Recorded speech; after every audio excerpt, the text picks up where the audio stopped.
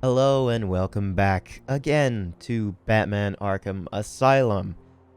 I believe this should be the last episode. If we check on everything that I've previously done before, I think I've got everything completely done in the main storyline, except for one thing, possibly. Well, actually, I know one thing for certain, but anything else is probably under extra content or challenge mode. However, I was looking through the achievements the last time of what I could get left in the achievements. A lot of it is just getting special challenges, and then obviously 100%ing. But there's some hidden ones, kind of. The biggest bang is just completing the story on hard. I don't want to do that. Party pooper, and this is the only missable one, I think, in saying that. All those people that were standing outside right before the Joker fight, you know how I said that I think I said that I wanted to punch one and just see the chaos ensue. That's actually what that is. You just throw one punch and then you have to defeat everybody on the outside and on the inside. And then get a giant combo, which I think I've done before on Arkham City for like a combo of almost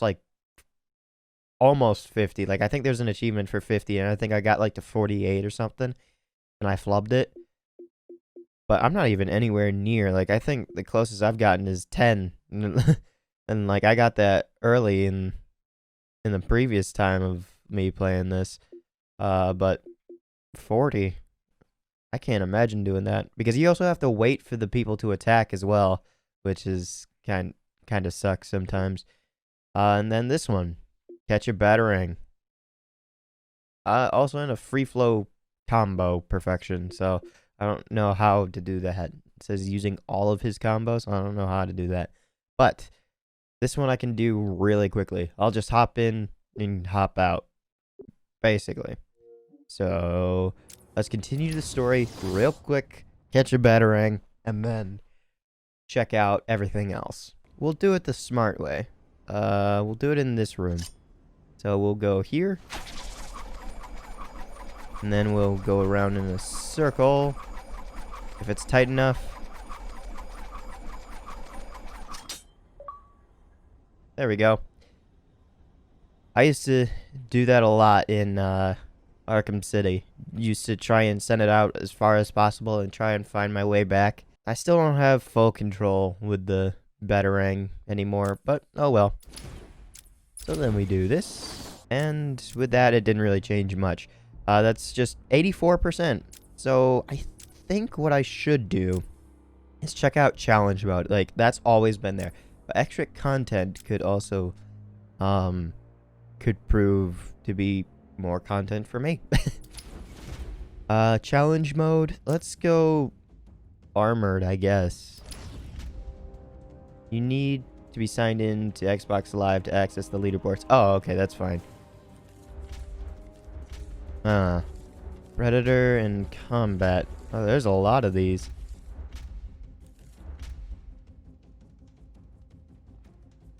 Huh.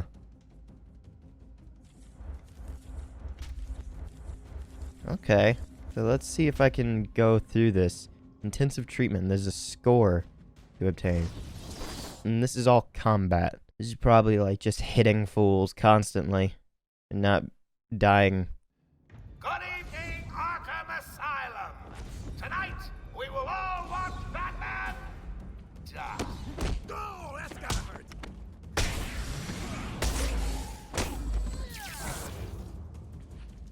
Okay.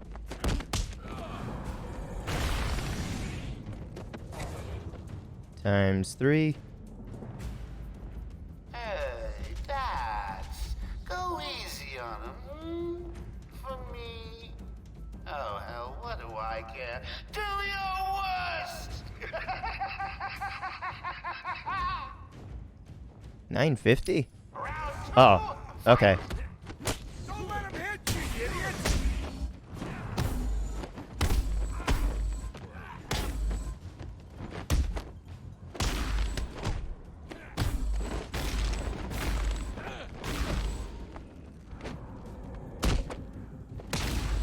18. Gotcha. Come on, boys, he's just one man. One man dressed like a lunatic and armed with a teeth. Flawless free flow. Nice. Okay, 6,900 points.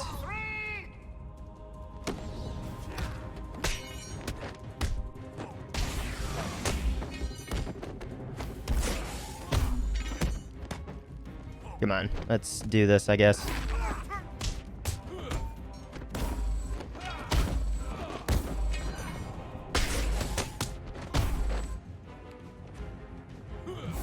Time for a throw.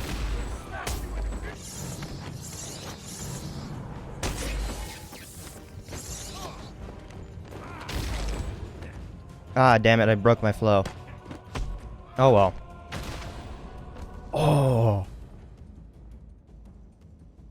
I think I just snapped his neck with that one. Need to order more henchmen. Good ones this time.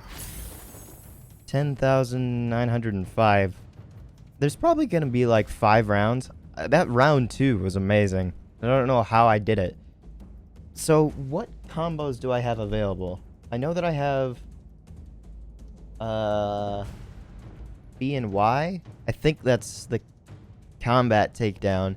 And then A and X is to throw a person. I guess I could try... Let's finish this. Damn it. Fuck. I broke it because I was not pressing the right button. Ah, shit.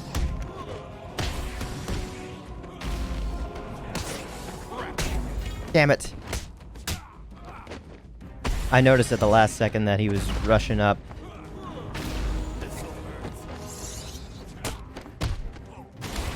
Damn it. I'm making a mockery of myself. Hold on, let me... Damn it. I wanted to see what tools I have, like, for the combos. Alright, fine. Just get out of here. Nice moves, Bats. Thanks for showing me that. Ah, I got a silver. Okay. Oh, and that's all of my rounds. Okay. I think I could do a lot better. I honestly do think that I could do better. So let me just replay this. And that's probably what this is all going to be. It's just me trying to get gold medals, which I know for a fact is the achievements. Like, you get all bronze, all gold. Okay, so I somehow got silver the first time and only got bronze the last time. Whoops. Okay, challenge mode. Silence is golden, blast zone, and mind your head. Let's check this out then. I'll go through them one at a time. Like, I won't mess around and replay them. If I just happen to be able to do it, it'll be fine. Guys, Bats. They'll find you and kill you. Take down all escaped henchmen as quickly as possible. Is ours. No one's taking it from us.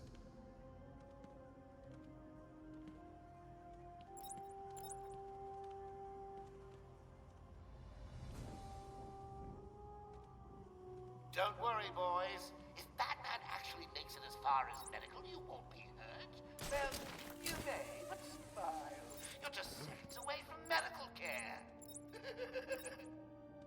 Okay, so can I get For him to say. over here?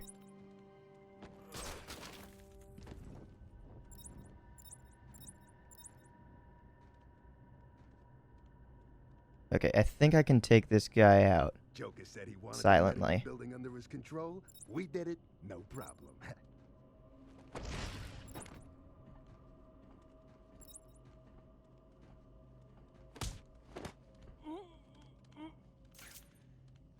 Okay, so they're all wearing Joker necklaces, as I'm seeing. Joker says he wants the doctors rounded up. You won't notice if one's missing. You know, you guys may want to have a look on the walkways. I think someone's left you a gift.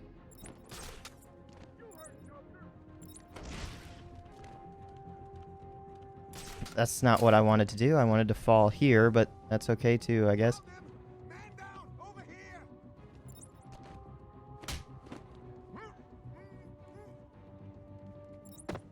Wake up! That's another one.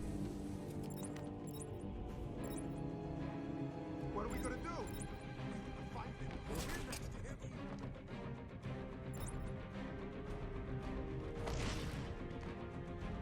Come on. Spread out and fight that bat. Hold up! I'm coming with you. Another one. Oh, is someone missing? I keep losing count. Come on. Joker!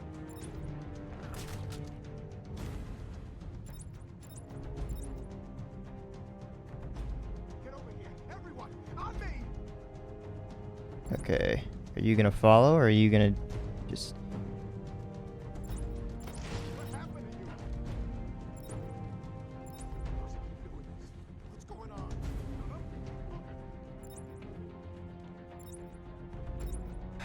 Damn it. I missed my chance.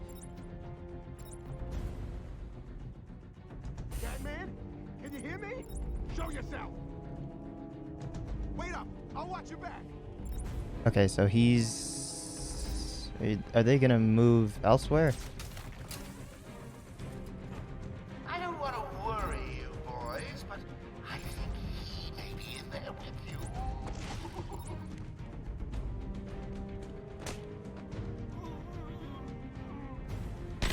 Damn it! It's Batman! He's moving above us. He could come from anywhere. Ah, damn it. You! Shit. I'm moving around him. God damn it.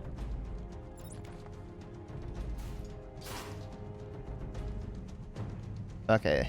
That was just poor timing. He just vanished. He just happened to leave that area and turn toward me, so that sucks. Can I take him out from here? No, I think I tried that before.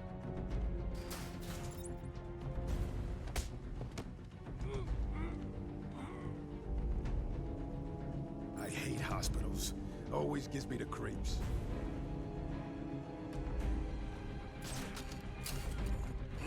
Have you checked the timesheet? I'm sure there were more of you at the beginning. There we go. 4 minutes is fine. Don't get too cocky, Batman. I'll get you next time. Okay, so I did silence is golden. That's probably all silent takedowns or something. Mind your head and blast zone? I don't know what those are, so I'll just continue then. Okay, combat. Same scores. Mind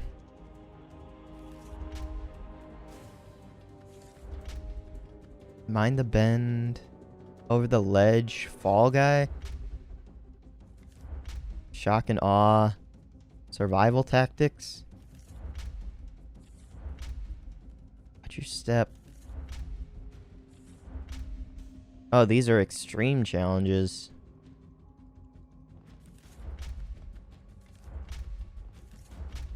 $50,000?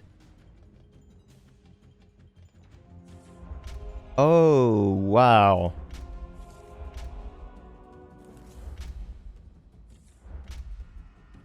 Okay, so I think I'm okay not going into the challenges. What happens if I go into Batman? Regular Batman. Oh, I could... That's fine. Did that... Okay, so that did add to the challenges, but I don't think it added anything to the completion score. So let's check out the extra content. And we'll go with Armored Batman. Totally Insane. Nocturnal Hunter. Crime Alley. And Scarecrow Nightmare. How long can you survive in Scarecrow's world without taking a single blow? I guess get the highest score you can against these against this inmate onslaught.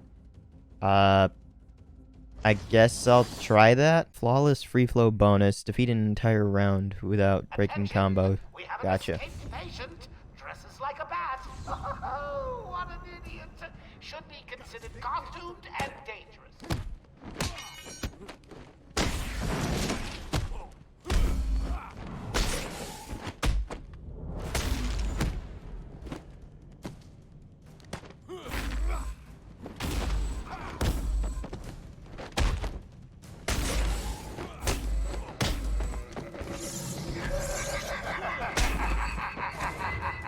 Damn it, I just broke the combo.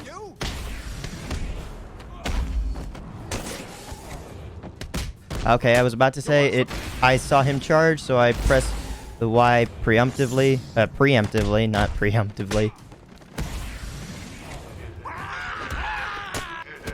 Oh god. Crazed now. God damn it. Shit. I don't think there's ever been a mix of crazed in here as well.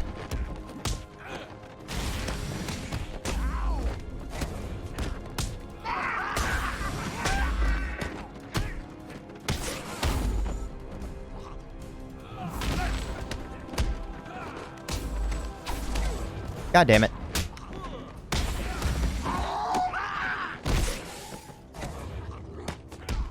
Alright.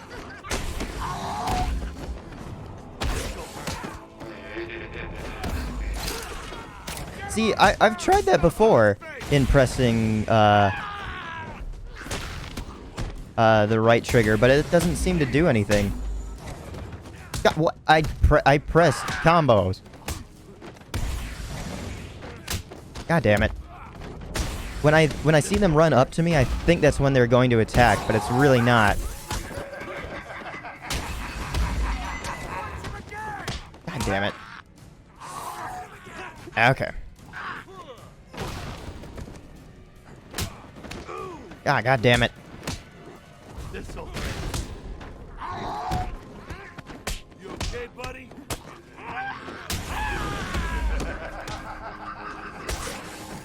Oh, what the hell? That guy jumped over me.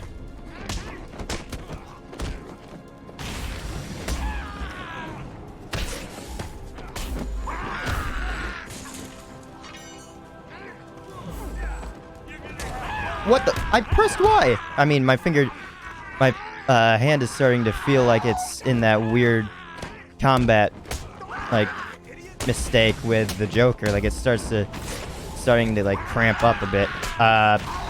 He just stood there while I was pressing Y.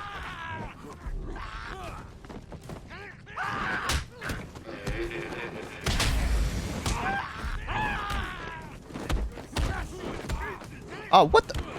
There are times when this thing just does not counter. Okay, that's it. I'm gone. My high score was only 6,000? I salute my fallen enemy. Use ground takedowns to knock out lunatics, otherwise they will keep on coming. So I guess they don't ever end for the lunatics. Okay, odd. No, I'm not continuing on at all. And that's just like a personal score thing. And so this is a predator thing. Nocturnal hunter. What goes up? Last man standing and smash and grab. What would this challenge be? Hide in the shadows. We're coming for you. Okay, take down all escaped henchmen as quickly as possible. Batman better not try and mess with us.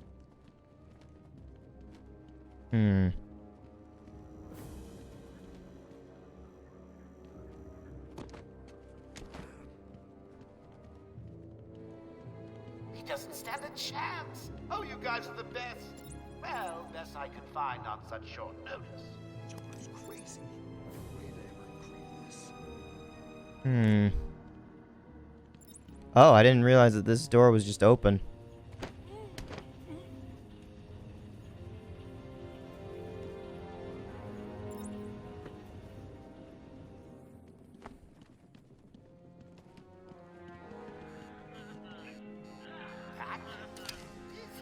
Haven't you noticed that someone's missing down there? You heard it, boss. Hold up. I'm coming with you. Joker was right. I found someone.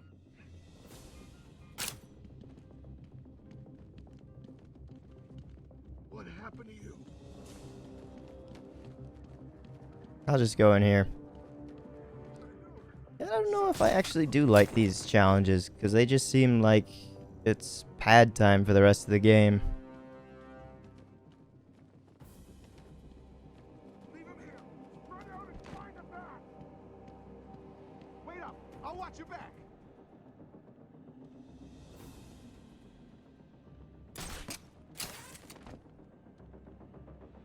Come on, boys. He's just one man. One man dressed like a lunatic and armed with a team. Go get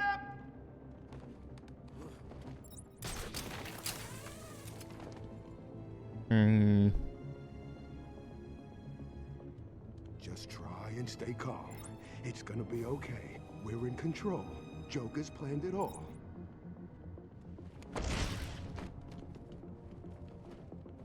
Come on.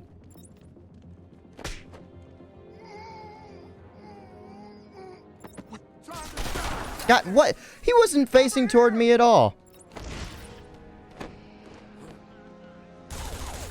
God damn it. Okay, yeah, I'm not a fan of these. Just because, like, there's no point to them. So, what was the other one? Okay, so then there's combat, and then there's the Scarecrow Nightmare. I guess I'll try. I'll try and do it.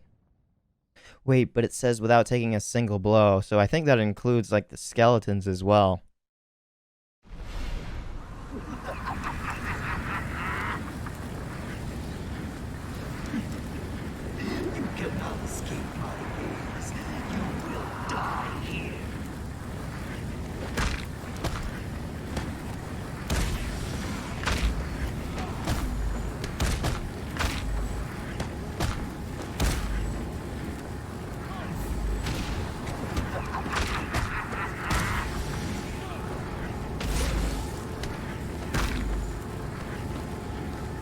And break that.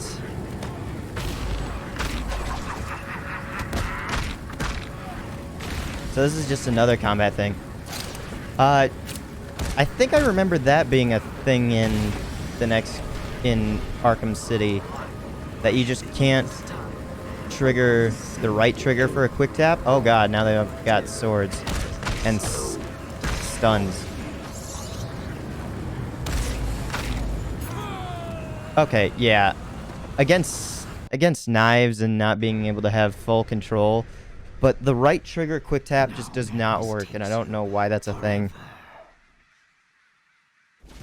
Okay, that's another one. Don't really mind. Yes, I want to quit. Yeah. I don't see any use for it. What am I missing? Is it just the challenges that make up the last 100%? Let me look this up. Let's see. Okay, how do you get 100% in Arkham Asylum? Complete the story on any difficulty, but hard is best. Get every Riddler trophy. Yep. Purchase every upgrade. Yes. Solve every riddle. Find all Arkham Chronicles. Yep. Get gold on all combat challenges and get gold on all Predator challenges. Nuts. So, I guess. Hold on. Let me look at the challenges again, just in case. So, I barely just got silver in the intensive treatment, and then getting gold in the challenge mode. Once you get like one of the challenges, does it stay there, or do you have to get all three in one go for the Predators? You probably have to. It probably saves which ones you do, but getting gold on all of these, I think. Oh god, yeah, like that 50,000 one that I see right here, and I think there's another one as well. Like, I barely got 12,000. There's no way in hell that I'll be able to get 50,000. I don't know what it is about the combat that just doesn't make sense to me. Like, why I'm not connecting it. And also the fact that I'm starting to get like that same old feeling the same feeling back into my wrist from playing against Joker, and I don't know where that's coming back into the play. But like special achievements, or not special achievements, but special things like Fall Guy over the ledge and around the bend. What does that all mean? Like, does that mean using like I would think Fall Guy is like getting somebody doing the vertical takedown or whatever it's actually called, flying over to another point and then slicing him down, and then that be considered Fall Guy, I guess. And then over the ledge, I think, would just be punching somebody over the railing if you look down below at the picture that it's showing. And then around the bend, I would think, would be sneaking up to a corner and just like taking somebody out that way, or like throwing a batarang. But it's all situational, and you have to get it right perfectly. So I don't think I'll want to 100% this. I mean, I only wanted to go through the story anyway. So in that, I've collected all the character trophies as well, and you see all of them before, except for maybe the Batwing in like full definition, so I'll show this one off. And there's a little Batman in there, but the way that he's perched in there doesn't make sense in his body size and everything, so don't know how that works. Everybody else you kind of see somewhere else in the game, so everything's fine. But if you want, you can leave this episode here. It's perfectly fine. But for me, I'm going to be checking out the character bios and reading up some stories, because that's what I like. When his parents were gunned down in front of him, young Bruce Wayne resolved to rid Gotham City of the criminal element that took their lives. He trained extensively to achieve mental and physical perfection, in addition to mastering martial arts, detective techniques, and criminal psychology. Dressing as a bat to prey on criminals' fears, Batman fights crime with the aid of specialized gadgets and vehicles, operating out of his secret Batcave below Wayne Manor. Facts. His real name is Bruce Wayne. His occupation is simply a CEO and a philanthropist. What is he a CEO of? I have not a fucking clue. Where is his base of operations? Obviously Gotham City. That's the only city that he protects. His eyes are blue, his hair is black, his height is 6'2". He weighs 210 pounds, and his first appearance is Detective Comics number 27. I don't know how that works. So obviously, like, Batman's first appearance isn't in a Batman comic, but a detective comic. And not even like one of the first few. Like, it takes a while for him to be seen. But all the way back in 1939. Wow. Attributes. He's trained to physical and mental peak. His arsenal of gadgets and vehicles. He has an arsenal of gadgets and vehicles and advanced technology. He's an inventor, a detective, and has genius-level intelligence. He is an expert in most known forms of martial arts. He trained in all aspects of criminology, and he understands the mastery of physical sciences. He is a computer expert. He is a master of disguise. He has photographic memory, and he trained in stealth and espionage techniques. And finally, he's an expert escape artist as well. Nice. So now we'll go to Bruce Wayne and see if anything's different. Born into the wealthy Wayne family, Bruce Wayne has an idyllic childhood. Although he was given a strong sense of justice by his moralistic and philanthropic... Did I say it right the first time? I don't know. Parents, Thomas and Martha. After their violent murder at the hands of a mugger, Bruce dedicated his life to battling the criminal element that took their lives. He left Gotham for many years to train his mental and physical abilities across the globe, finally returning to take up the mantle of the Dark Knight. Everything's the same, even the comic that he was featured in. And his attributes are the same. Gotcha. Thomas Wayne and Martha Wayne.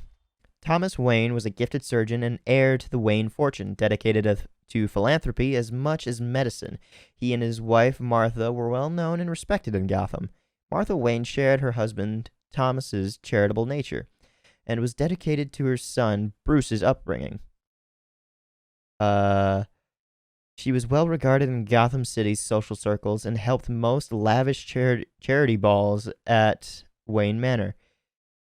Their tragic murder at the hands of a desperate burglar, Joe Chill, in Gotham's crime alley, shook the city to its core and led years of urban blight.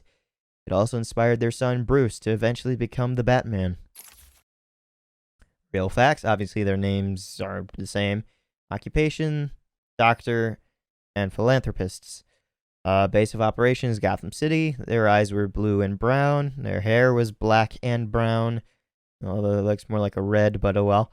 Height, 6'1" and 5'8".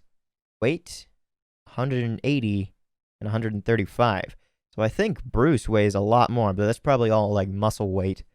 But 180 for a 6-foot man? I think that's a little bit under. Detective Comics number 33. So it took, like, did it take 6 comics before we even see, like, the making of Batman? Okay. Highly gifted and well-trained surgeon, heir to the Wayne family fortune, dedicated philanthropist, and mother to Bruce Wayne, wife to Thomas Wayne. I guess that's important. Let me look. So, yeah, 27 to 33, right? Yeah. Okay. Now let's look at Joker. An insanely homicidal supervillain, the Joker's white skin, green hair, and blood-red lips belly the chaotic nature underlying his cartoonish appearance. The self-styled clown prince of crime has no superpowers beyond a capacity for incredible violence and a skill at creating deadly mayhem. He frequently concocts elaborate schemes to entrap his arch nemesis, Batman. His real name is unknown. Really? I would have thought. Had it never been mentioned in any of the comics before? Occupation: he's a professional criminal. Base of operations: Gotham City. His eyes and hair are both green.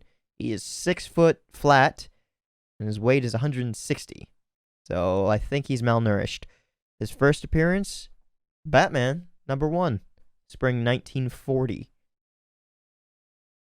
Nice.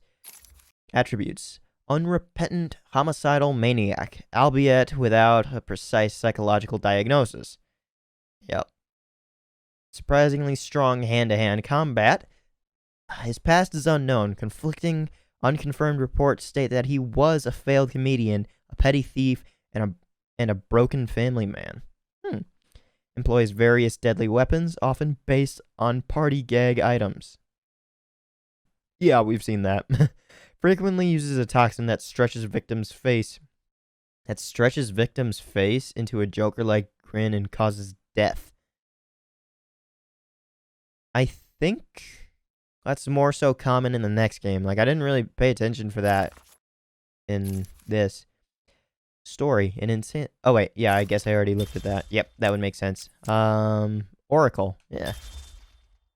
The daughter of Gotham City's police commissioner, James W. Gordon, Barbara Gordon, was forbidden by her overprotective father from joining the GCPD. Instead, she took on the identity of Batgirl and was a crime-fighting partner for Batman for years. But that all ended when the Joker shot her through the spine. Paralyzed from the waist down and confined to a wheelchair, Barbara adopted the new identity of Oracle, and now aids the Dark Knight with her computer expertise, providing Batman with a constant stream of information in the field to aid his battle against crime. So, in the next game, I knew who Oracle was. Like, I knew that she was Barbara.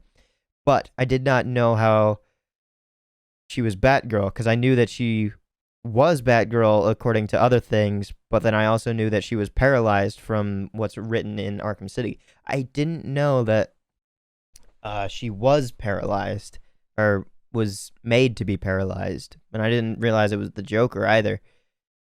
And I didn't realize that she was shot through her spine to make her paralyzed either. Barbara Gordon, information broker was her occupation. Is her occupation. Base of operations, obviously Gotham City. Unless anything changes, I'll just skip over that. Her eyes are blue. Her hair is red. She's only. She's 5'11". Wow. It's taller than me by an inch. Her weight is only 126, and her first appearance is Detective Comics number 359 in 1967. That's 30 years? Holy shit. I guess that does make sense. I mean, this is the daughter of Commissioner Gordon. Wonder when he comes into play. She has an eidetic memory. Almost total recall of everything she sees and reads. Wow. She has extensive headquarters in Gotham City's clock tower filled with information archives, and she has a high-level hacking and computer skills. Nice. Alfred Pennyworth. Arguably one of the best characters, like, in the entire series, probably. Alfred Pennyworth, after a varied career, was employed at the Wayne family's butler when Bruce Wayne's parents were killed. Alfred raised the young orphan and reluctantly aided him in his quest to become the Batman. His many skills, ranging from cooking to medicine, make him Batman's staunchest ally, along with a formal demeanor that grounds the Dark Knight and deflects those who might otherwise suspect Bruce Wayne's true identity. Yep. He cares for his child. Occupation valet. His eyes are blue, his hair is black. He's 6 feet tall, and he weighs 160. First appearance, Batman number 16, 1943. Huh. Cool. He's a skilled actor, trained in emergency medical techniques. He has proficiency with mechanical and computer systems. He's an expert in domestic sciences on flappable manner. What does that mean? I don't know what that means. Unlike Batman, Alfred is willing to wield firearms in times of crisis. Well, I mean, if you're scared for your life, why not? Alright. Warden Sharp. Quincy Sharp has been running Arkham Asylum for the past 3 years and has dedicated life to restoring to sanity the so-called supervillains that plague Gotham City. He is currently campaigning to become the next mayor of Gotham. To facilitate this campaign, he has instigated stringent new security and experimental research policies at Arkham. Huh. Okay. Occupation warden of Arkham Asylum. His eyes are blue. His hair is gray. He's 5'8", so he's a little bit shorter than me. And his weight is 190 pounds. First appearance, Arkham Asylum. So this is a game character only? I didn't know that. Huh. Batman Arkham Asylum. Nice. Sweet. He has intense dedication to cleaning up Arkham. He is pompous and old-fashioned in demeanor, with a focus on his own political aspirations. He's contempt for Arkham inmates and he has contempt for Arkham inmates and disinterest in the specifics of their treatment masks a cowardly nature. Okay, I shouldn't have added anything. I should have just read it. Oh well. So Quincy Sharp, or Warden Sharp's there. But if I go all the way over here to the Spirit of Arkham,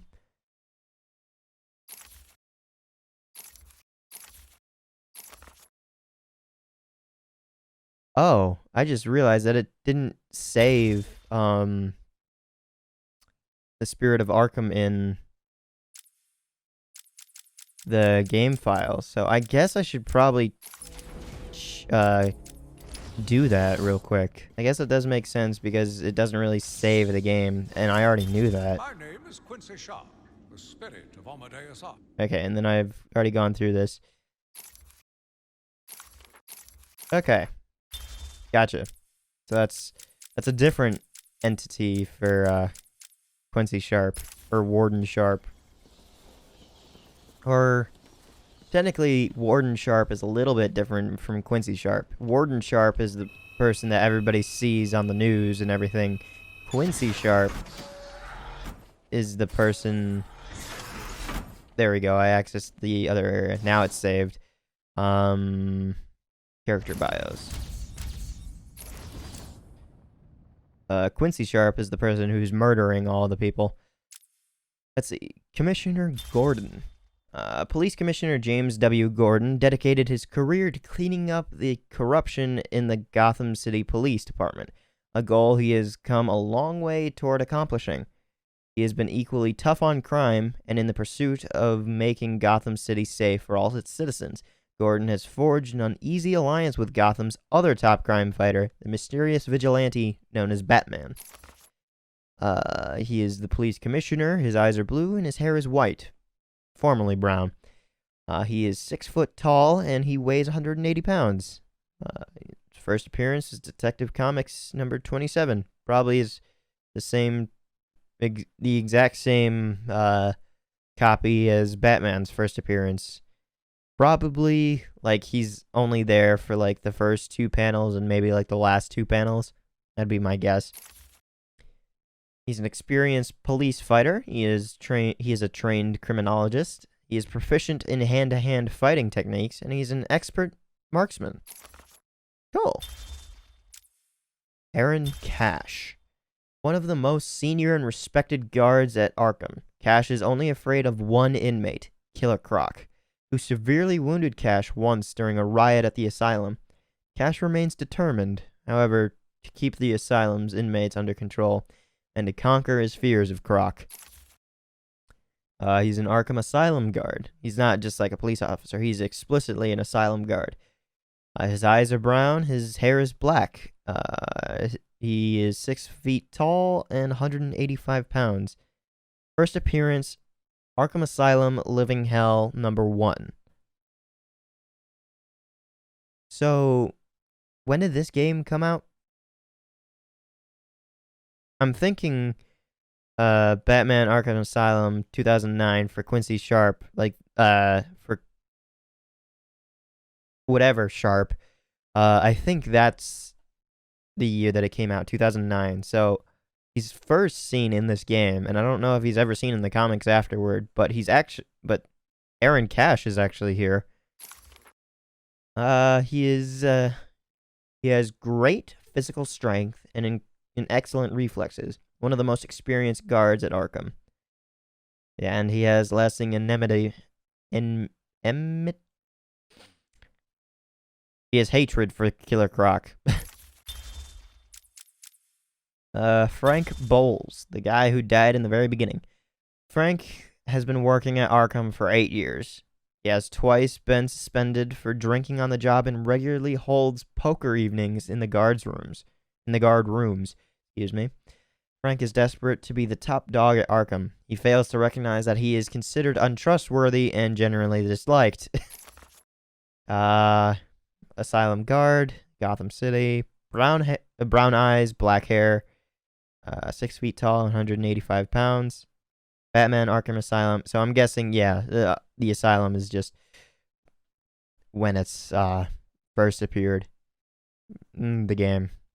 There's no comic for that. Frank Bowles and Sharp. He is arrogant. His arrogant belief that he is the best guard in Arkham Asylum. He uses sarcasm to cover up insecurities and failures, and he has a violent temper that has resulted in many injuries to patients. Jesus. Dr. Penelope Young. Penny Young was always a brilliant student who was prepared to do anything to advance professionally. She has built up a reputation for being a cold, calculating woman focused only on the project at hand. She was hired at Arkham Asylum by Warden Quincy Sharp. Okay. So I was young. So I was right in looking back at all those uh tapes, chronicles. Uh, Sharp's person that he hired that had the same view was Penelope Young to head up the asylum's research department and to finally restore to sanity the more deranged of Gotham City's supervillains. Okay. She's the head of research, and her base of operations is Arkham Asylum.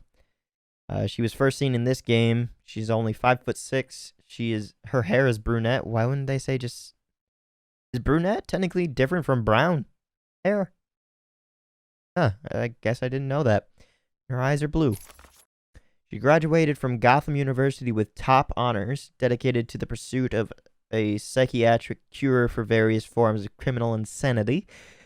She is highly focused on career ambitions, and I should probably say she was intolerant of people who get in the way of her work. She is no more. Mr. Zsasz, a true sociopath. Zsasz grew up in a life of ease, but nonetheless became a serial killer. Indiscriminate in his prey. Body count is the only thing that matters to Zsasz. He takes pleasure in arranging the corpses of his victims in lifelike poses before carving a mark for each of his victims into his own body. He is saving a special spot for the Batman.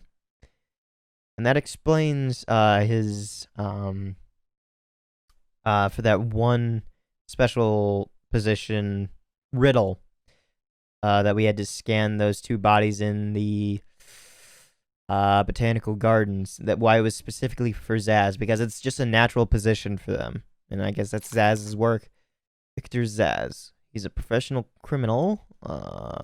Gotham City. His eyes are blue. His hair was blonde.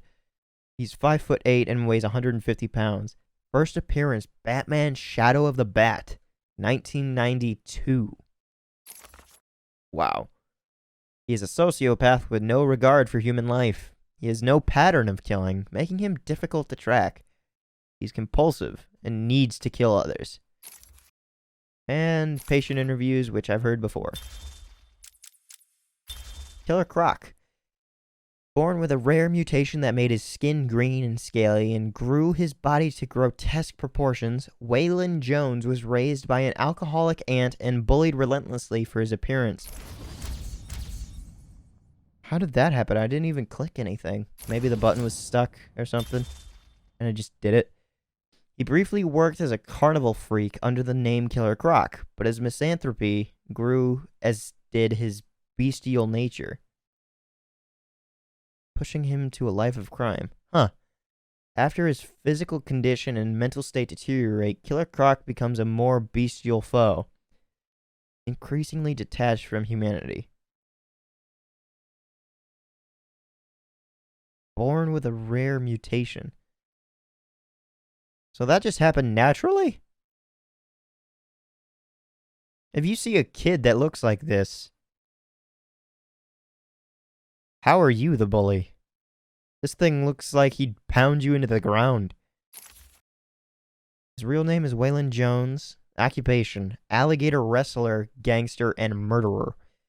Base of operations: mobile. His eyes are yellow, and he has no hair. I mean, obviously, if he's scaly, that would make sense. He's 11 feet tall and weighs a whopping 580 pounds. His first appearance, Batman 357 in 1984. Isn't that the same one that Joker was found in? 357?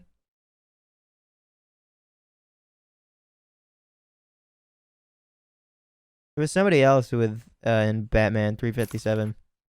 Killer Croc has incredibly thick, tough skin and razor-sharp teeth and claws. He's an expert wrestler, and his strength and stamina are at near superhuman level. He has heightened senses and extremely fast reflexes.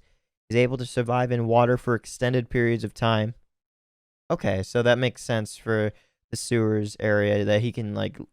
Can he breathe?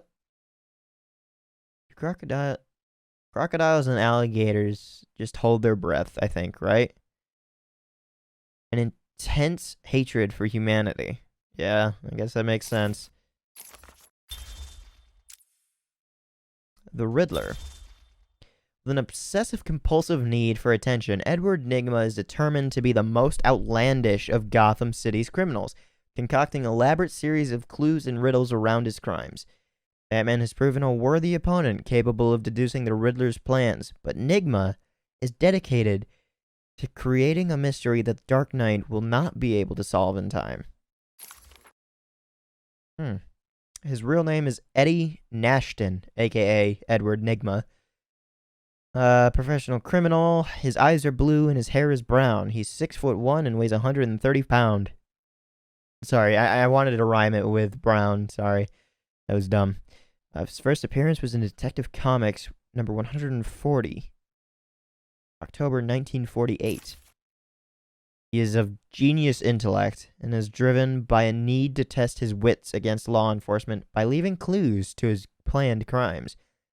He is compulsive and in need for attention.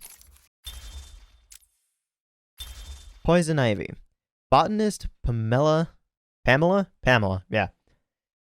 Isley was transformed by a science experiment gone wrong into a plant-human hybrid. With chlorophyll flowing through her veins instead of blood, she developed a toxic touch and a pheromone-fueled talent for seduction.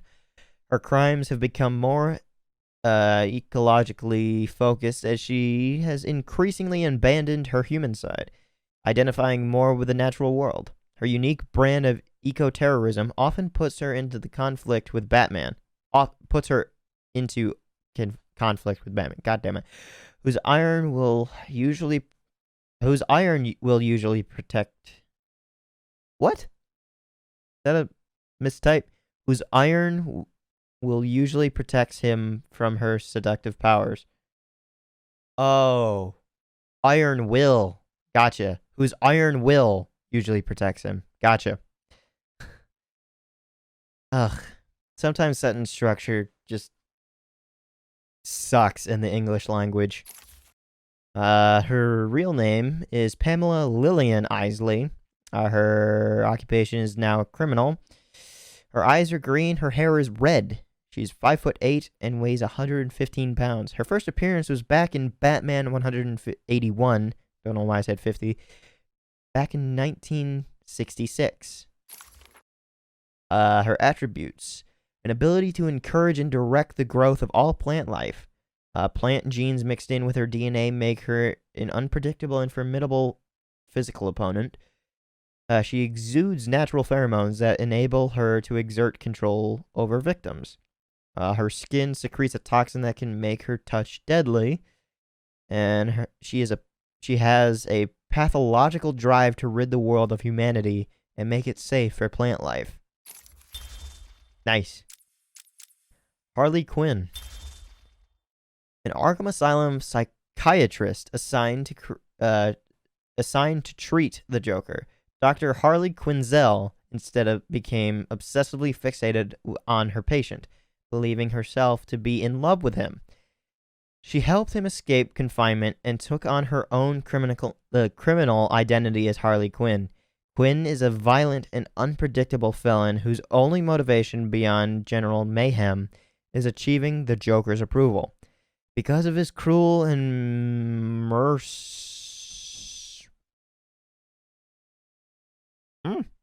mercurial nature. I don't know that one.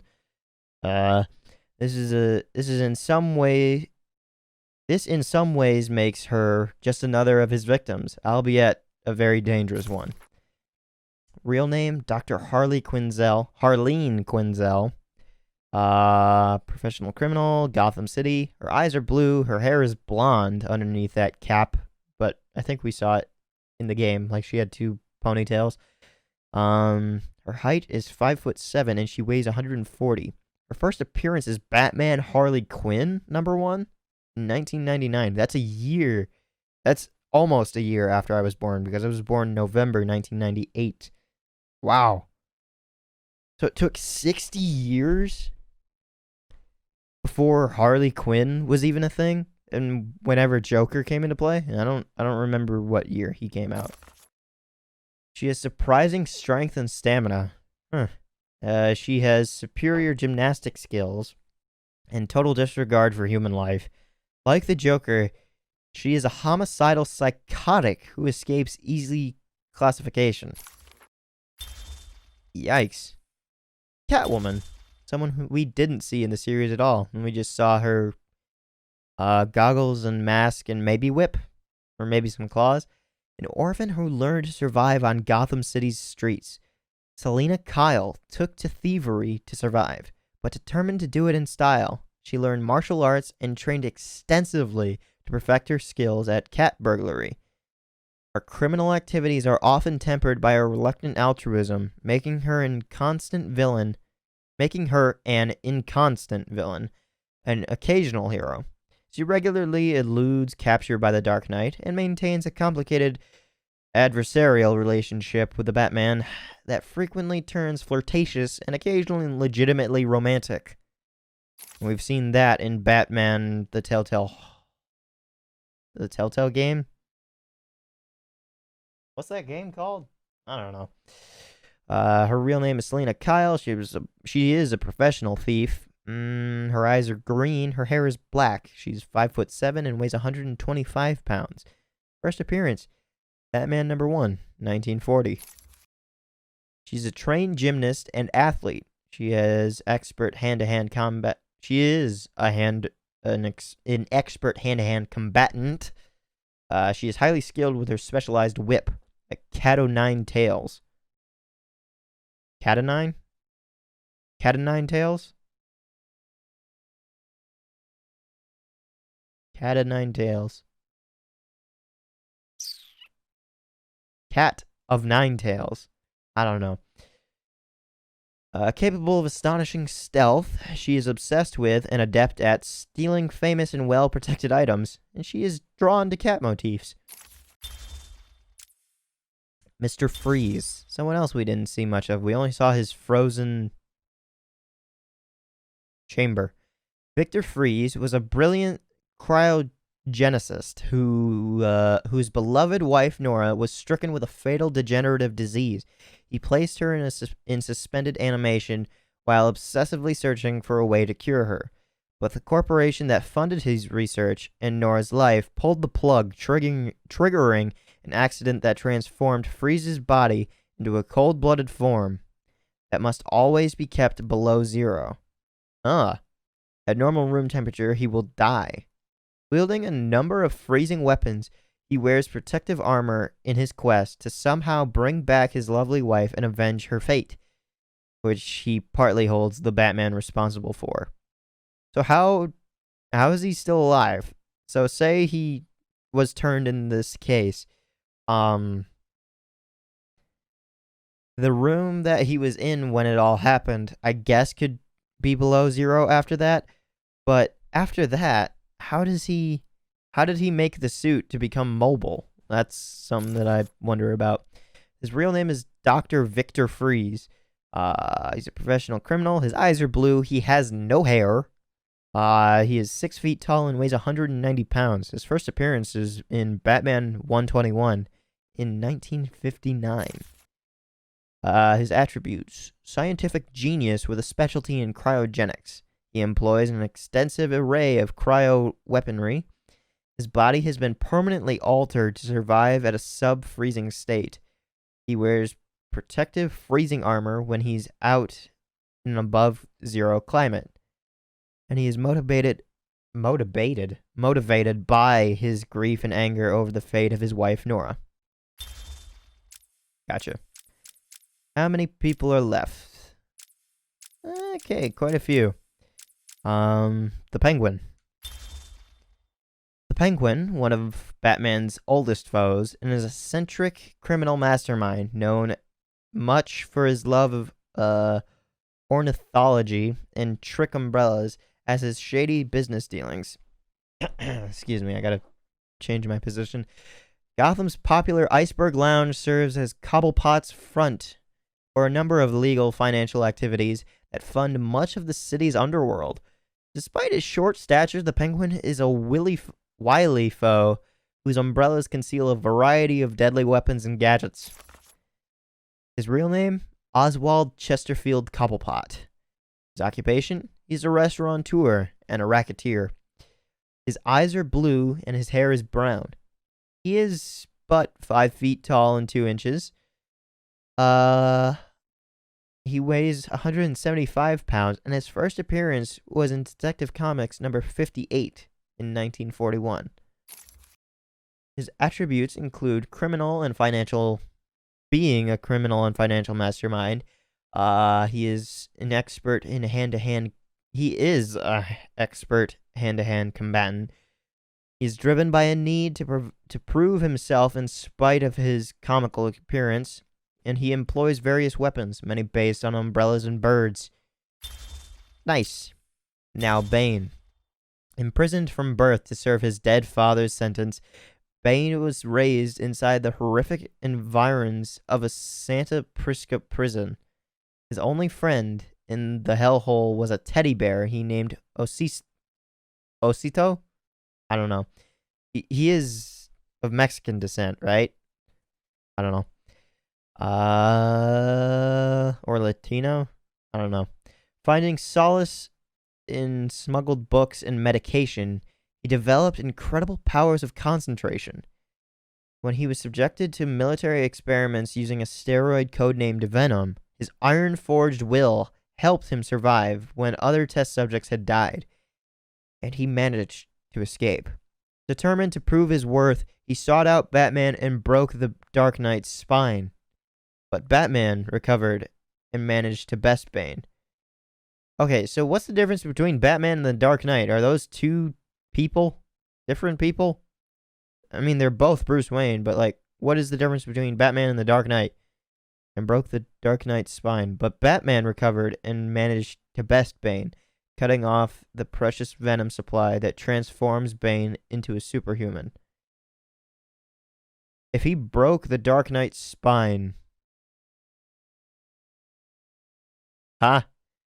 Something about that doesn't make sense to me. His real name is unknown, but doesn't it say in here? Oh, no, he just... Cool. He's a professional criminal. His eyes are brown, but when on Venom, green. His hair is brown as well. He is 6 foot... 6 foot. He's 5 feet tall. He is 5 feet 6 inches tall, but when on Venom, he is 6'8". And his weight goes from 140 pounds to 350 pounds. Did I say 150? I don't know. His first appearance was in Batman Vengeance of Bane number 1 in 1993. Wow. A lot of these villains come into the later years, so how did the Batman comics ever survive? Like, what did he do for a bunch of those comics up until, like, 1990s and 1980s? He's a master strategist and has intense focus, abnormally strong reaction to Venom, giving him incredibly enhanced physical abilities. He's determined to best Batman and all others who challenge him. Now the Scarecrow. Taunted and bullied as a youth, Jonathan Crane vowed to overcome his fears through the study of psychology and biochemistry. Kicked out of his university for experimenting on human subjects, Crane then adopted the identity of the Scarecrow and armed himself with a specialized fear-inducing gas that makes a person's deepest phobias become frighteningly real. His ongoing criminal reign of terror makes him one of Batman's most psychologically dangerous foes. Obviously, his real name is Jonathan Crane. His eyes are blue and his hair is brown. He's 6 feet tall and weighs 140 pounds. His first appearance is in World's Finest Comics, number 3, 1941. Okay, so he's actually a pretty old foe. He is a master of psychology and chemistry. He is the creator of fear-inducing gas and is motivated by an obsessive need to create fear in others. Interesting. Two-Face. District Attorney Harvey Dent was one of Batman's strongest allies in Gotham City until a criminal threw acid in Dent's face, hideously scarring him. The only issue is that I don't know why it's like perfectly in half. Like I can understand like if it like slowly fades across the face, but like perfectly in half, a little bit odd. The wounds fractured his psyche, and he was reborn as a schizoid criminal mastermind obsessed with duality. His former good luck charm, a two-headed trick silver dollar, was damaged on one side in the attack as well, and Dent has seized on it as a reflection of his half-scarred visage. He flips it to decide the fates of his victims. Despite Batman's efforts to reform his former ally, Dent is consumed by his fixation on chance, and his crimes are designed to prove out the diametric philosophy. His real name is Harvey Dent, and his base of operations was in Gotham City. But now he's a professional criminal, so who knows? His eyes are blue, and his hair is both brown and gray. He is 6 feet tall and weighs 182 pounds. His first appearance was in Detective Comics number 66, 1942. But is that Two-Face or is that Harvey Dent? His attributes include being hideously scarred on his left half of his face, which he plays up with clothing that is differently styled on one side. Is he only scarred on his face? Or is it his body? Through acid on his face. Okay. Gotcha. He's extremely skilled with his weapons of choice. Twin 45 caliber automatics. Psychotic obsession with duality, designing crimes with the number 2. Around the number 2. He defers to his half-scarred coin in choices of life or death. Yep. Jack Ryder. This was the,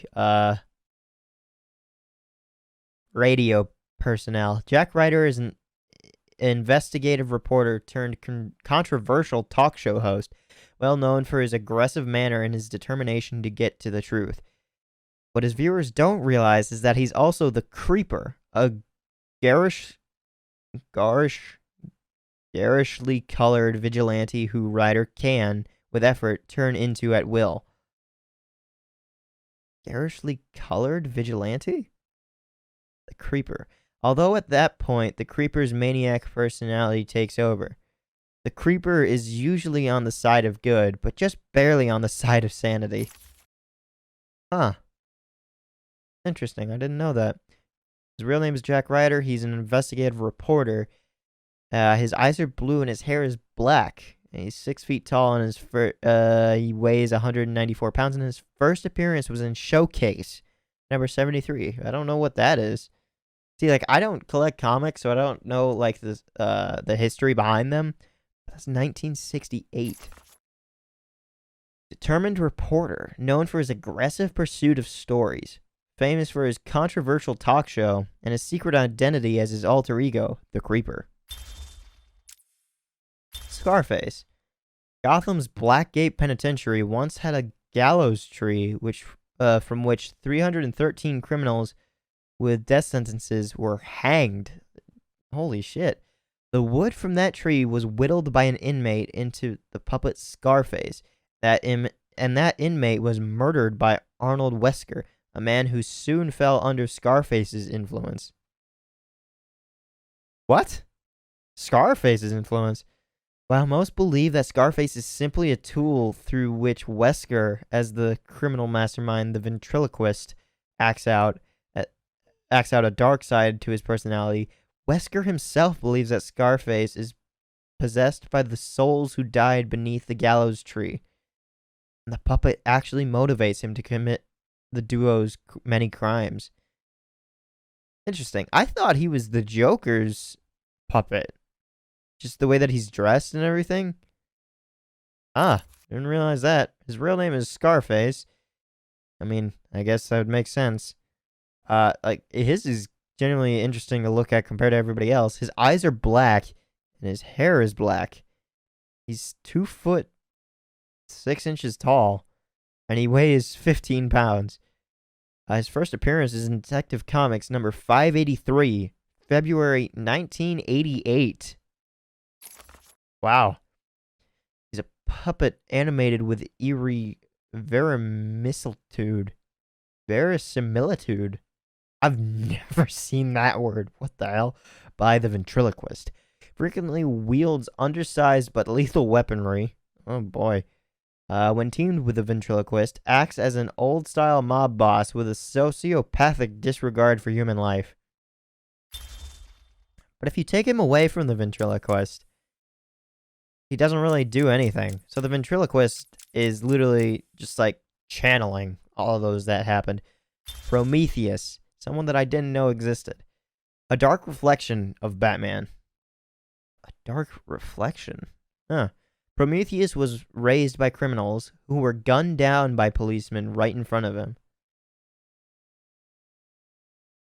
Oh. So it is exactly like the opposite of Batman. Dedicating his life to destroying the law, Prometheus traveled the world and trained in the ways of murder. Clad in an iron-armored suit that maximizes his natural skills, he is a master assassin whose physical and mental abilities rival Batman's own. That's a cool character that I'd like to read up more on. His real name is unknown, just like Bane. He's a professional criminal, and his base of operations is in Gotham City. His eyes are brown and his hair is white? He's 6 feet tall and weighs 180 pounds. First appearance, Prometheus number 1, December 1997. A year before me. He has a pathological need to kill law enforcers. He's trained to peak physical and mental levels and has an arsenal of weapons and deadly gadgets. Ah. I wonder how the fights between him and Batman work if they're like dead even. Maxi Zeus. A deranged gang leader, Maxi Zeus, came to believe himself an avatar of the Olympian god Zeus. Creating a cult of gang members to do his bidding, Zeus became a power player in the Gotham City underworld. His criminal activities are perpetrated by his army of followers, and, he believes, overseen by the Greek gods themselves. His real name is Maxi Zeus. His eyes are brown. His hair is brown. He's 5 foot 6 inches tall, so I don't think he'd be a god. Well, maybe. Actually, now that I think about it, I think Zeus was actually one of the shorter gods. Now that I think about it, so I guess that would fit. His weight is 135 pounds, and his first appearance was in Detective Comics 483, 1979. He's driven by complex religious delusions. He is a charismatic leader who has developed a long-standing cult, and he is determined to extend his powerful reach and recruit new followers. Probably all the way to Greece or something. Hush. Tommy Elliot and Bruce Wayne were childhood friends, and unknown to Bruce, dark reflections of each other. A childhood sociopath, Elliot tried to kill his parents so he could inherit their fortune. As a child? When his plan failed partly due to the surgical skills of Thomas Wayne and Bruce's father, Elliot blamed Bruce. An incredibly skilled surgeon as an adult, Elliot planned an elaborate revenge scheme on the Batman. Why Batman? He disguised himself as the villain Hush, his face covered in bandages, but he was in the end defeated and unmasked by the Dark Knight. Hush still plots revenge against Batman, generating complicated schemes with surgical precision.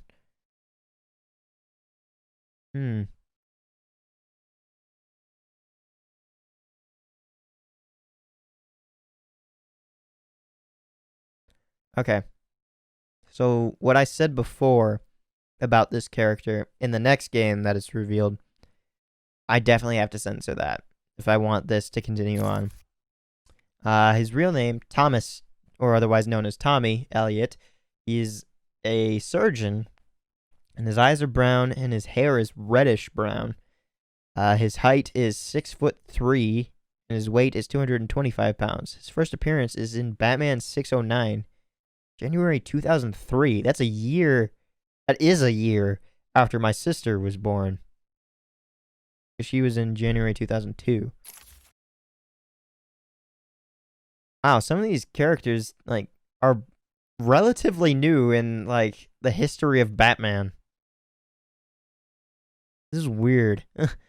His great physical strength augmented by a hatred of Bruce Wayne. Yeah, so why does he go after Batman then?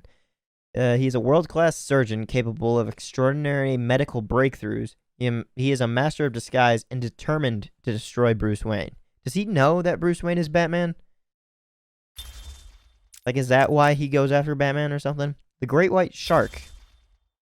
A crooked financier who stole millions of dollars. Warren White thought he scored a legal victory when his insanity plea went through. But when he got to Arkham Asylum, he realized his mistake. Driven insane by the other inmates, he was also disfigured by an encounter with Mr. Freeze that left him without hair, a nose, ears, or lips. Ah, gotcha. Calling himself the Great White Shark, he filed his teeth into fangs with to more perfectly resemble his new namesake.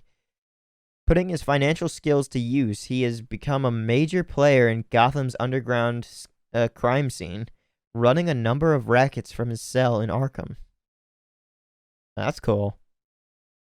So he thought that he would be able to make off like a bandit, and he was just turned insane from exposure and then just horribly disfigured. Like, I thought this was almost going to be like a Killer Croc situation where he was born like this. No. So how did he turn? Okay, so the encounter with Mr. Freeze left him without hair, nose, ears, or lips. But how is he white? Like, that palishly white? Or not even palishly white. Like, that's like painted white. His real name is Warren White. His eyes are brown and he has no hair. He is 5'11" and he weighs 180 pounds. His first appearance is in Arkham Asylum Living Hell #1, July 2003. And that's also Aaron Cash's first appearance, right? I think that was it. He has brilliant financial skills, which he uses for a variety of criminal purposes. His scarred visage makes him resemble a shark. Visage? I know visage is an actual word, but it's more like of French origin. His teeth are sharpened to points. Ra's al Ghul. Little is known of the early years of the nearly immortal Ra's al Ghul, whose name means the demon's head. But it is known that he has lived for many centuries due to Lazarus pits, mystical and alchemical brews that restore his youth. Ah, gotcha. So he's been around for thousands of years, I guess. A brilliant master of strategy and organization, Ra's al Ghul's goal is to save the Earth from ecological devastation by destroying most of its population. So he'd actually go hand in hand with Poison Ivy. So this is probably in the comics somewhere. He recognizes Batman as both a worthy foe and a possible ally, except that Batman cannot accept his dystopic worldview. Batman also shares a love-hate relationship with Ra's. I know it's Ra's al Ghul. I could have sworn that is Ray's daughter. But like the Ra's al Ghul, like I could have sworn that the S into the al makes the shall sort of thing. Ra's al Ghul. I don't know. I'll have to listen out in the next game because he plays like a half a part in there, like somebody mentions him in passing, so I'll have to listen out for that. Batman also shared a love-hate relationship with Ray's daughter, the beautiful Talia. His real name is unknown. He is an international terrorist, and his base of operations is pretty much mobile. His eyes are green, and his hair is gray with white streaks. I guess. His height is 6'3", and he weighs 210 pounds. His first appearance is in Batman 232 in 1971. He is of genius intellect and a major strategist. He has superior strength and stamina. He is superb. He is a superb hand-to-hand combatant trained over millennia. If I remember correctly, Ra's al Ghul and Bruce Wayne trained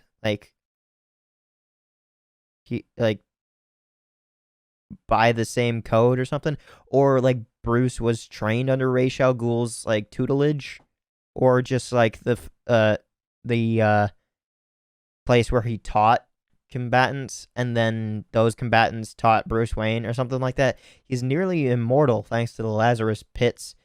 He commands a legion of followers dedicated to bringing his vision of an earthly paradise to fruition. The Mad Hatter. Obsessed from a young age with Lewis Carroll's book. Carroll? I don't know. Alice's Adventures in Wonderland. Jervis Tetch? An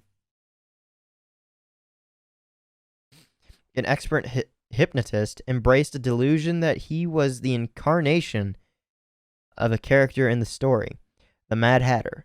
Using his skill for mesmerism, the Mad Hatter has committed many crimes, often themed around the book that inspired him and his love of hats and headgear, going so far as to implement his hats with mind control chips to amplify his hypnosis skills. Above all other headwear, however, he covets Batman's distinctive cowl and will stop at nothing to acquire it. His real name is Jervis Tetch. His eyes are blue, his hair is red. He's 4'11". Is that shorter than the Penguin? No, because the Penguin was like 4'8", right? I don't know. His weight is 115 pounds, and his first appearance was in Batman number 49 in 1948. So he's actually a pretty decently old character. Interesting. He's a master of hypnotism and mind control, and is obsessed with hats, especially one-of-a-kind items. He's a delusional schizophrenic with a fixation on Alice in Wonderland. One thing that I am noticing is that a lot of these characters are just clinically insane, and they're like looked down upon. Like that's the reason for their antics. Like, not all clinically insane people do this. It's deranged individuals that just happen to be clinically insane. The ventriloquist. So this ties into Scarface. Arnold Wesker was a timid orphan whose deep repression erupted in a barroom brawl. Barroom? I guess. Resulting in him being sent to Blackgate Prison. There he encountered the puppet Scarface, and promptly murdered the man who carved the puppet. Huh. Why? The two are now inseparable, with Scarface directing a series of criminal activities, while most believe that Wesker is simply acting out a second personality through the puppet. Wesker sees himself as a reluctant lackey who merely does his puppet's bidding.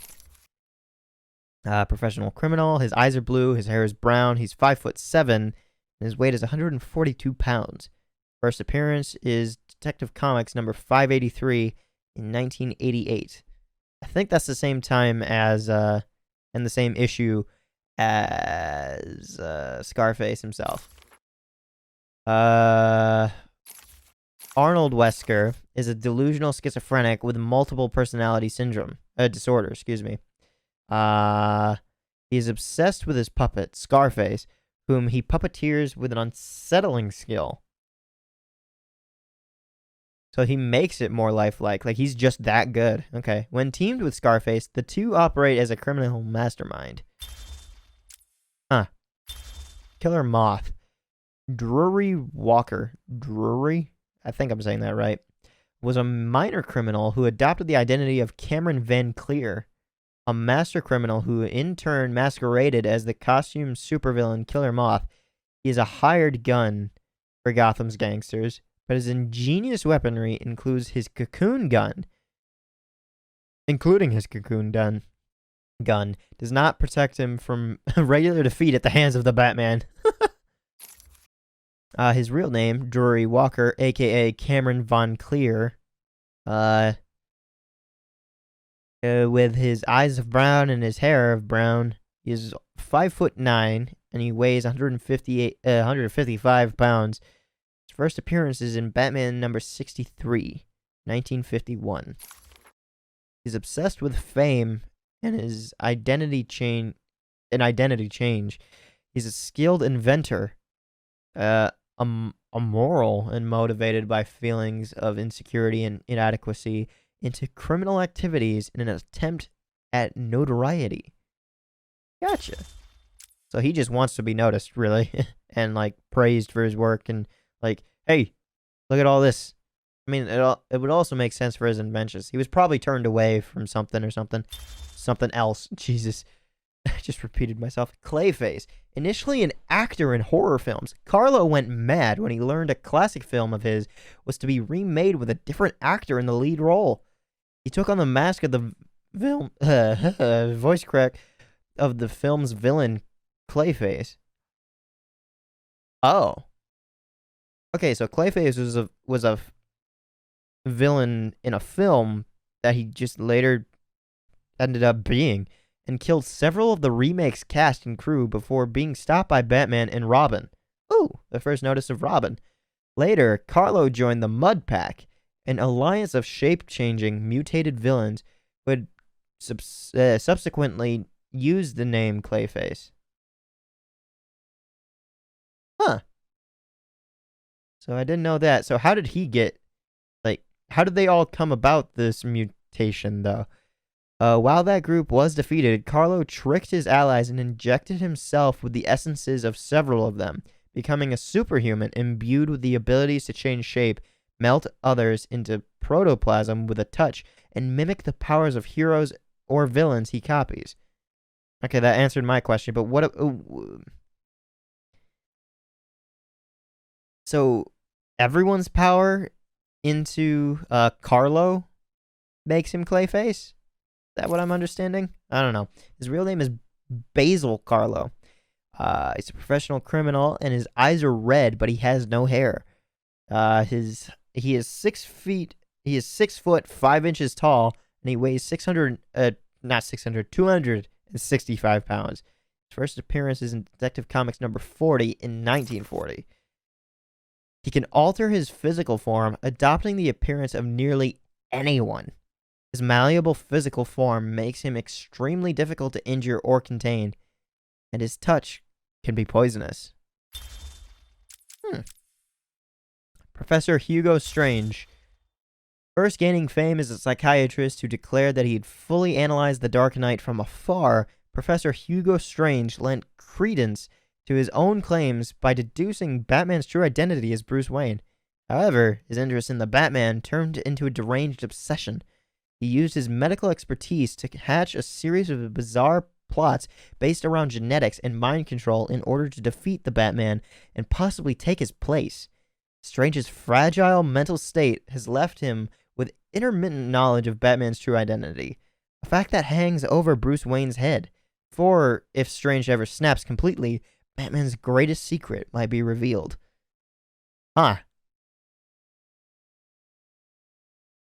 So he analyzed the Dark Knight from afar. What's the difference between Dark Knight and Batman? Because they use it intermittently, even in the same passage. His real name is Professor Hugo Strange. He is a psychiatrist, and his base of operations is in Gotham City. His eyes are gray, and he has no hair. He is 5'10", and he weighs 160 pounds. His first appearance was in Detective Comics number 36 in 1940. That's relatively close to when Batman first came out. Bruce Wayne and Batman first came out. So he's been, lingering for a while. Holy shit.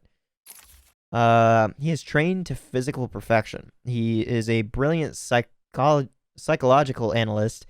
He has extensive knowledge of genetics, and he's obsessed with Batman and Batman's secret identity. He's plagued by schizophrenic episodes that leave him confused and dangerous. The Rat Catcher, someone that I didn't even know existed. Once employed as an actual rat catcher in Gotham, Otis Flanagan. Wait, that name sounds familiar. Flanagan. I think that's been mentioned constantly in like the background of like radio and the like. Otis Flanagan soon started using his natural gift, an affinity with, an ability to control rats, to stage a variety of crimes. So he just had this uncanny ability to like use rats to his potential. Eventually, his control over the vermin grew until he threatened Gotham City with a veritable army of rodents. Incarcerated many times at Blackgate, he's able to do as much damage within prison as without. Using his within prison as without, using his loyal pets to relay messages and transport materials inside the maze of ventilation ducts that wind throughout the giant prison. Yep. His real name, Otis Flanagan. His eyes are blue and his hair is brown. He is a height of 5'11", and his weight is 155 pounds. His first appearance is in Detective Comics number 585, 1988. Thorough knowledge of Gotham's sewer systems and Blackgate Prison's layout. His eerie ability to wordlessly communicate with and command all rats is odd. Overvalues rodent life, especially in comparison to human life. Weird. Humpty Dumpty. An obese bald man, nicknamed Humpty Dumpty for his egg-like form, Humphrey Dumpler, is obsessed with taking things apart and putting them back together. His crimes at first were minor break-ins, leading to small mechanical items no longer functioning due to Dumpler's inability to inadequately reassemble them after taking them apart. But soon his obsession grew to the point that major disasters occurred in Gotham, and Dumpler's crimes also extended to a gruesome attempt to fix his abusive grandmother by dismembering her and then attempting a Frankenstein-like reassembly. At Arkham, he is a model inmate. His quiet nature and imposing physique inuring him to the madness surrounding him. So he just has this fixation on disassembly and reassembly, although may not be the best reassembly. But he's not exactly like an asylum inmate. Like he'd much better be suited for just a prison sentence. His real name is Humphrey Dumpler, like I had read before. His eyes are brown and he has no hair. He's 6'3" and weighs 345 pounds. His first appearance is in Arkham Asylum, Living Hell number 1, 2003. Like the other two inmates, Great White Shark and Aaron Cash. Yeah. Did I say inmates? I don't know. He's extremely tall, heavy, and strong. He possesses an almost unnatural, quiet, deliberate nature. Oh, okay, so he's just like that. It's not like everything around him is so obnoxiously loud and abhorrent and like out there in regular crazed inmates. He's just unnaturally quiet. Yeah. Ritualized childhood abuse has led to a severe case of arrested development and an inability to assimilate into modern society. So he literally can't like join society. It's not a fact of like if he would ever be fixed like all this asylum was designed to be. It's just he's experienced such hardship that he can't be. He is obsessed with the processes, not processors of disassembly and reassembly. Yeah. I genuinely kind of feel bad for him, oddly enough. Black Mask. Following the suspicious death of his multi-millionaire parents in a fire, Roman Sionis, I don't know, inherited their fortune and then went on to bankrupt their company. Huh. Saved by a buyout by Bruce Wayne, Sionis came to resent and hate Wayne. What? Okay. So he inherited the fortune and then went on to bankrupt their company on purpose or just simply by accident and poured like skills. Fixated on the concept of masks, Sionis carved one from his father's black coffin and sought revenge. His ensuing battle with the Dark Knight caused his mask to be burnt into his skin. Remaking him as the Black Mask. Sionis is now a feared gang leader and one of the most powerful mob bosses in Gotham, with a burning hatred of the Batman. Again, Dark Knight, Batman, don't get it. His real name is Roman Sionis. His eyes are brown and he has no hair anymore. He is 6 foot and 1 inch tall. And he weighs 195 pounds, and his first appearance was in Batman 386 in 1985. He is obsessed with masks, and he harbors a hatred of Batman and Bruce Wayne. For different reasons. His face resembles a black skull, and he is a feared and powerful mob boss, and he's a skilled marksman known for his double handguns. There are a lot of like resemblances between some of the people in the Batman universe, like him, Two-Face. I was about to say Red Skull, but that's Marvel. Just like little things just resemble so much about one another. It's odd. Firefly. Pyromaniac Garfield Linz began as a petty criminal but soon graduated to major crimes centering around arson, torching huge parts of Gotham in the process. But his fire soon raged out of his control, leaving him horribly scarred by one of his own blazes. His body is almost fully covered in burns. Ugh. And he now wears a full body flame retardant. Why didn't you do that first? What? Why wouldn't you, if you're dealing with fire, wear flame retardant? God, that's just on him. I thought he was already wearing flame retardant, and it just happened like to get under like a crease. Like say like his glove was a little bit elevated, and the fire went in, and then there was like fluid underneath somehow or something. He wears the suit when he's out pursuing his criminal interests between bouts of incarceration in Blackgate. Yeah, that makes sense. His eyes are blue and his hair is white with black temples. What does that mean? He's 5'11" and he weighs 165 pounds. And his first appearance is in Detective Comics number 184, 1952. So he's been around for some time. He has a thorough knowledge of flammable agents and an extensive arsenal of fire-creating weapons. He's scarred over 90% of his body, and he's a sociopath with intense pyromania. Tweedledum and Tweedledee. How are they special? Cousins with an uncanny resemblance to each other, Deaver and Dumfrey Tweed both shared criminal leanings and a fixation on Lewis Carroll's Alice in Wonderland. Okay, so they just had another fixation. Like, these two and Mad Hatter just happened to have a weird fixation with Alice in Wonderland.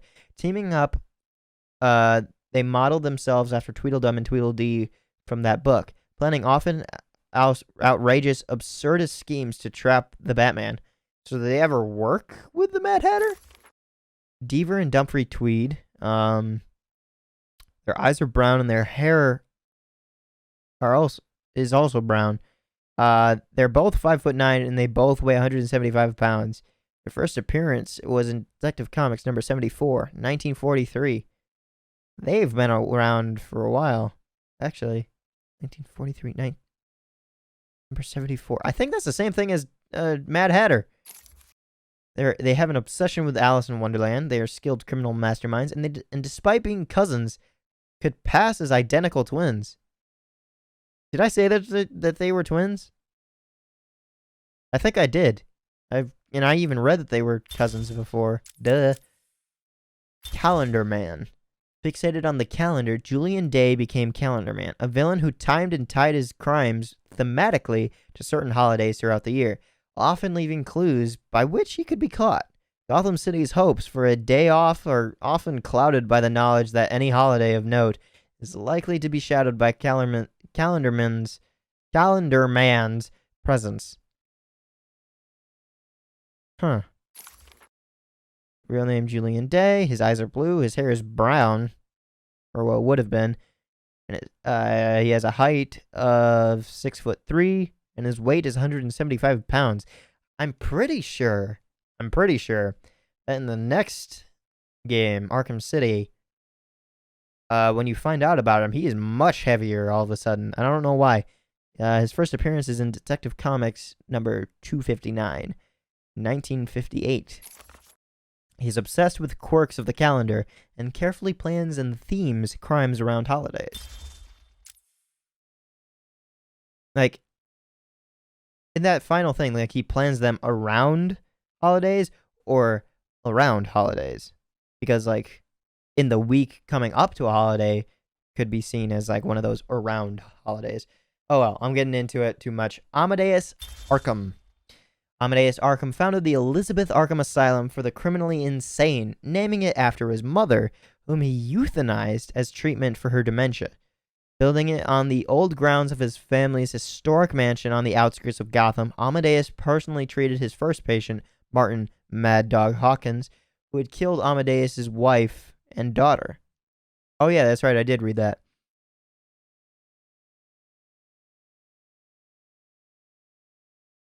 Wait a minute. I know that Quincy Sharp takes over the role for Amadeus Arkham in the Chronicles, but at what point does it go from him to Quincy Sharp? I don't know. After administering fatal electroshock treatments to Hawkins, Amadeus lost all grip on his sanity and was admitted to his own institution.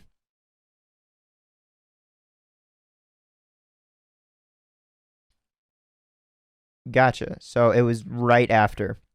So it's not as if... So the entire Chronicles is just Quincy Sharp relaying the stuff on Amadeus's behalf, I think, is what it's supposed to be. His real name, Amadeus Arkham. His eyes are blue. His hair is brown. His height is 5'11", and his weight is 175 pounds. His first appearance, Batman 258. 1974. He is a highly respected psychiatrist until his fall to insanity. He is the heir to the Arkham land and fortune, and he is delusional schizophrenic. And now finally, Quincy Sharp, or otherwise known as the Spirit of Arkham. And the end of this episode, pretty much. Quincy Sharp has been long hiding a secret. Doctors had previously diagnosed him with a schizophrenic personality disorder, but he chose to ignore it.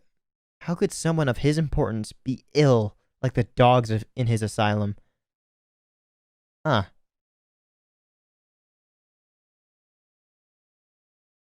Now, how is he able to run this place? Like, if he has legal documentation that he is schizophrenic?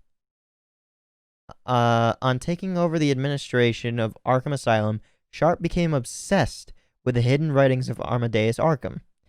As he read more of those memoirs, he became almost two people, one dedicated to curing Gotham, the other desiring only to eradicate the evil of insanity from Arkham. In his demented state, he has stalked and killed patients, his ultimate goal being to kill the Joker. It is possible the rational side of his personality is not even aware of this dark, destructive force within him. His real name is Quincy Sharp, and his occupation is executioner. Wait a minute, is this a different Sharp? It's not, right? Warden Sharp. Yeah, Quincy Sharp. Okay, yeah, I am right. Yeah. Okay, let's go back into that then. Okay. His occupation is an executioner. His base of operations is Arkham Island. His eyes are blue, his hair is gray, and everything else is the same. His attributes include intense dedication to cleaning up Arkham, an alternate personality that is prepared to kill patients to facilitate the cure, and his contempt and disgust for all forms of psychiatric disorder that is rooted in self-loathing. Ugh. I do not like this. And one thing that I should probably do is I should probably throw another Batarang because it didn't save here like it did with the Chronicles, so let's just do this. Oh god, I forgot that it has flight inversion. Damn it. There we go. And that's saved, and then I'll just walk through this door again because now it's going to be fully saved. There we go. I think that leaves that episode, and I think that leaves the game for me. Like, I don't want to do any more combat because as much fun as the combat is and as like fluid as the combat is, there are still some issues where it like doesn't feel like it's fully fluid, unfortunately. That being said, they only progress from here, and the storytelling is what I fell in love with Arkham City, and what made me want to continue when I was younger playing Arkham Asylum, Arkham Origins, and Arkham Knight. But again, I expressed it before, I got backlogged somehow, and I just didn't have time for it. And then other games would come out, and I would get interested in those.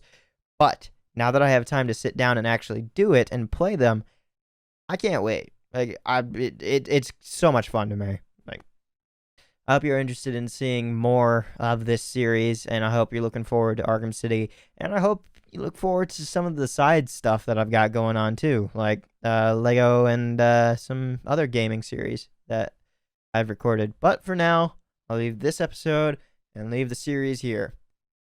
Have a nice day.